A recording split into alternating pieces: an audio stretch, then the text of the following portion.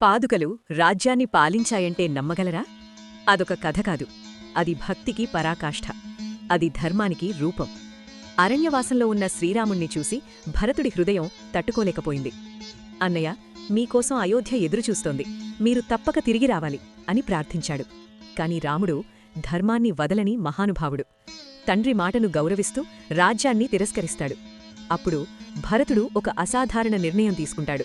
మీరు రాకపోతే మీ పాదుకలే అయోధ్యకు రాజు అని రాముణ్ణి భక్తితో ప్రార్థించాడు. రాముడు తన పాదుకలను అనుగ్రహిస్తాడు.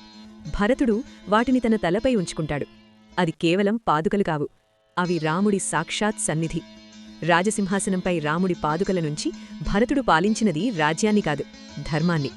తాను మాత్రం నందిగ్రామంలో ఒక తపస్విలా జీవిస్తూ ప్రతి క్షణం రామునికోసం ఎదురుచూశాడు. ఇదొక ఘట్టం కాదు, ఇది మనం ఎలా జీవించాలో నేర్పుతుంది. ఎంత అధికారం, హోదా, సంపద ఉన్నా కూడా అవి మన శిరస్సును ఆక్రమించకూడదు. అవన్నీ స్వామి అనుగ్రహంతో వచ్చినవి మాత్రమే అని తెలుసుకుని ఆ స్వామి పాదుకలు మన శిరస్సుపై ధరించి మనసులో స్వామి చూపిన మార్గం సత్యం వధ అంటే సత్యమే మాట్లాడాలని, ధర్మం చర ధర్మ మార్గంలో నడవాలని కోరుకుంటూ అందరికీ శ్రీరామనవమి శుభాకాంక్షలు. జయ శ్రీ సీతారామ లక్ష్మణ హనుమానికి జై.